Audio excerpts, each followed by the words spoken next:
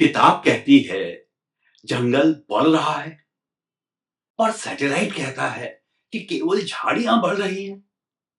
2050 तक अगर टाइगर नहीं बचा तो आपके घर में पानी भी नहीं आएगा। कनेक्शन को समझिए। नमस्कार, मैं डॉक्टर पीयूष रौतेला, एक डिजास्टर मैनेजमेंट प्रोफेशनल। क्लास 10 की ज्योग्राफी का second chapter, forest and wild life resources. ये एक चैप्टर नहीं, चेतावनी है। इस चैप्टर से मैप वर्क और 5 नंबर के सवाल आते हैं, परंतु सबसे बड़ा सवाल ये कि क्या हम आने वाली पीढ़ी के लिए कुछ छोड़कर जाएंगे। चलिए अपने फॉरेस्ट रिसोर्सेज का ऑडिट करते हैं। सरकार कहती है इंडिया का 24.62% एरिया जंगल है। सुनने में अच्छा लगता है ना, और सच कहें तो घना जंगल या डेंस फॉरेस्ट काफी कम है। ज्यादातर स्थितियों में जिसे हम जंगल कह रहे हैं वो या तो ओपन फॉरेस्ट है या फिर प्लांटेशन है। इसका मतलब हमने जंगलों को काटकर एक से पेड़ लगा दिए। ऊपर से सैटेलाइट को ये सब हरा हरा दिखाई देता है, परंतु इसमें टाइगर को घर नहीं मिलता। ये बस आंकड़ों का खेल है। अब पेन और नोटबुक निकाल लीजिए। International union for conservation of nature, IUCN, एक संस्था है जो कि प्लांट और एनिमल स्पेसीज के कंजर्वेशन पे काम करती है, और उसने प्रजातियों की संख्या और उनके ऊपर मंडरा रहे खतरे के आधार पर 6 अलग-अलग कैटेगरीज बनाई हैं, जिनके बारे में हम बात करेंगे। सबसे पहले नॉर्मल या सामान्य। ये ऐसे स्पेसीज हैं जिनकी संख्या पर्याप्त है। इनके ऊपर वर्तमान में कोई ऐसा खतरा नहीं है। वो रोडेंट्स हो सकते हैं, गिलहरी हो सकती है, मवेशी हो सकते हैं।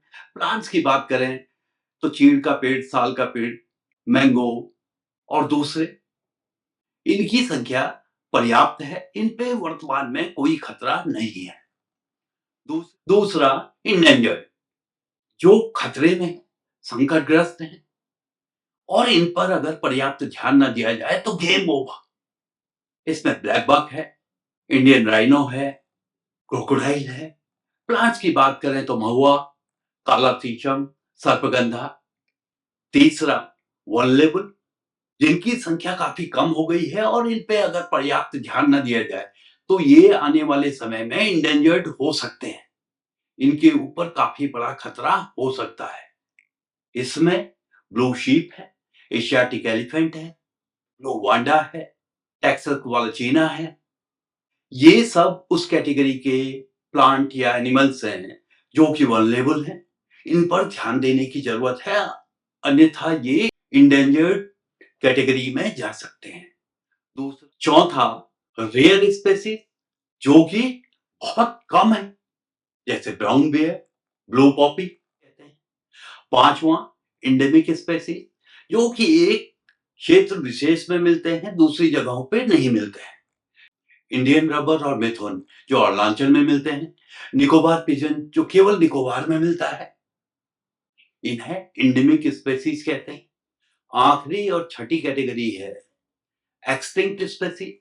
ऐसे स्पेसीज जो कि ओवर एक्सप्लॉइटेशन के कारण खत्म हो गए हैं, वर्तमान में विलुप्त हो गए हैं, जो वर्तमान में नहीं पाई जाती। जैसे एशियाटिक चीता, जिसको अभी सरकार के प्रयासों के द्वारा दोबारा हम इंट्रोड्यूस किए हैं, और IUCN का ये प्रयास है कि अन्य जो हमारी स्पेसीज हैं उन पे हम पर्याप्त ध्यान दें ताकि वो भविष्य के लिए सुरक्षित रहें, वो विलुप्त ना हो। तो क्लास 10 स्टूडेंट्स, आप समझ गए ना, प्लांट और एनिमल स्पेसीज को IUCN ने 6 कैटेगरीज में बांटा है। Normal, endangered, vulnerable, rare, endemic और एक्सटिंक्ट। इसे ध्यान रखिए और एग्जाम में नंबर पक्के। अब बात करते हैं जंगलों के वर्गीकरण की या क्लासिफिकेशन की। सरकार ने जंगलों को 3 वर्गों में बांटा हुआ है। सबसे पहले रिजर्व फॉरेस्ट, ये वीआईपी जंगल है। ये पूरी तरह से सरकार के नियंत्रण में है। यहाँ पर कुछ भी करने के लिए आपको सरकार की परमिशन चाहिए। यहाँ एंट्री रिस्ट्रिक्टेड है। यहाँ शिकार खेलना, कटाई करना, चराई करना, लकड़ी लेना सब कुछ प्रतिबंधित है। मतलब government says it's my jungle, you can not do anything out here without my permission. देश का 55 से 60% जो जंगल है वो रिजर्व फॉरेस्ट के अंदर आता है।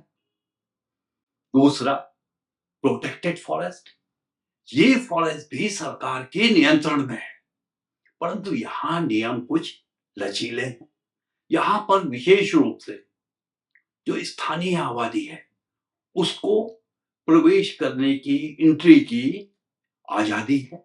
वो आ जा सकते हैं, वो यहाँ चराई कर सकते हैं, अपने जानवरों को चरा सकते हैं, यहाँ से घास लकड़ी ले सकते हैं, पानी ले सकते हैं और कुछ माइनर फॉरेस्ट प्रोड्यूस ले सकते हैं। शहद हो सकता है, लकड़ी हो सकती है, पत्ते हो सकते हैं, वो यहाँ से वो ले सकते हैं। So the government says it's my jungle, but local people can use it a little for their daily needs. ये जंगल जो है, ये देश का जो वन क्षेत्र है उसका 30 से 35%। तीसरा अनक्लासिफाइड फॉरेस्ट, ये ओपन फॉरेस्ट है। इस पर सरकार और गांव वालों दोनों का ही हक होता है और ये जंगल ज्यादातर नॉर्थ ईस्टर्न इंडिया में है। तो जंगलों के 3 प्रकार, रिजर्व फॉरेस्ट, प्रोटेक्टेड फॉरेस्ट और अनक्लासिफाइड फॉरेस्ट। रिजर्व फॉरेस्ट में आप कुछ नहीं कर सकते। प्रोटेक्टेड फॉरेस्ट में जो लोकल लोग हैं वो थोड़ा बहुत इंटरवेंशन कर सकते हैं, वहां से अपनी जरूरत का सामान ला सकते हैं। तीसरा अनक्लासिफाइड फॉरेस्ट, उस पर लोकल लोगों का हक है, साथ ही सरकार का भी हक है। वहां पर प्रवेश के लिए आपको विशेष अनुमति की आवश्यकता नहीं है। अब सवाल यह है कि जंगल खत्म क्यों हो रहे हैं? तो हम बात करेंगे जंगलों के 5 दुश्मनों की। सबसे पहले कॉलोनियल रूल, अंग्रेजों के शासनकाल में विशेष रूप से रेलवे स्लीपर के लिए, जहाज बनाने के लिए जंगलों को बेतहाशा काटा गया। दूसरा एग्रीकल्चर या खेती बाड़ी, आजादी के बाद हमने 26,000 स्क्वायर किलोमीटर से ज्यादा जंगल खेती बाड़ी के लिए काट दिए। तीसरा माइनिंग या खनन, ये जंगलों का एक बड़ा दुश्मन है। पश्चिम बंगाल के बक्सा टाइगर रिजर्व में डोलोमाइट माइनिंग ने टाइगर का जीना मुश्किल कर दिया है। एग्जाम में बक्सा टाइगर रिजर्व लिखना मत भूलिएगा। चौथा हाइड्रो पावर प्रोजेक्ट्स, जल विद्युत परियोजनाएं, ये वनों का एक बहुत बड़ा दुश्मन है। हाइड्रो पावर प्रोजेक्ट के लिए जो बड़े बांध बनते हैं उनके डूब क्षेत्र में काफी वन क्षेत्र आ जाता है, वनों का काफी नुकसान होता है।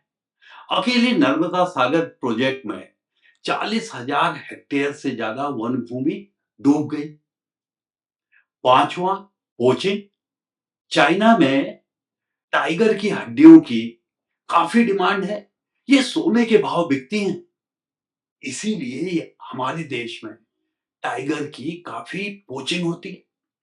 फिर हमारे वहां विशेष रूप से दिवाली के आसपास लोगों को लक्ष्मी के वाहन की पूजा करने की याद आती है, तो उस समय उल्लुओं की डिमांड बढ़ जाती है। उसी तरह जो मस्क डियर है उसकी कस्तूरी जो है उसकी डिमांड होती है, उसकी पोचिंग होती है।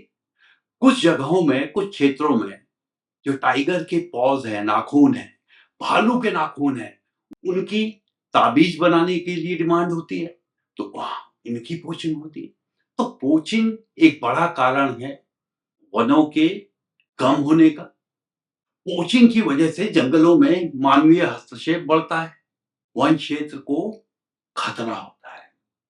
तो जंगलों के जो 5 दुश्मन हमने बताए, colonial rule, agriculture, mining, hydro power projects और पोचिंग।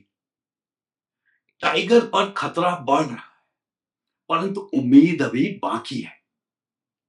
सबसे पहले टाइगर कंजर्वेशन प्रोग्राम 1973 में शुरू हुआ। आज हमारे देश में 55 टाइगर रिजर्व्स हैं।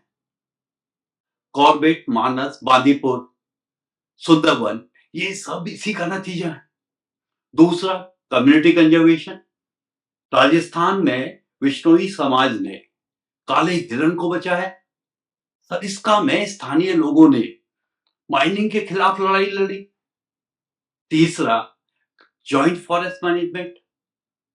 ये उड़ीसा में शुरू हुआ और इसके अंतर्गत सरकार और गांव वाले मिलकर जंगलों को बचाते हैं और इससे जो मुनाफा होता है उसे आपस में बांटते हैं।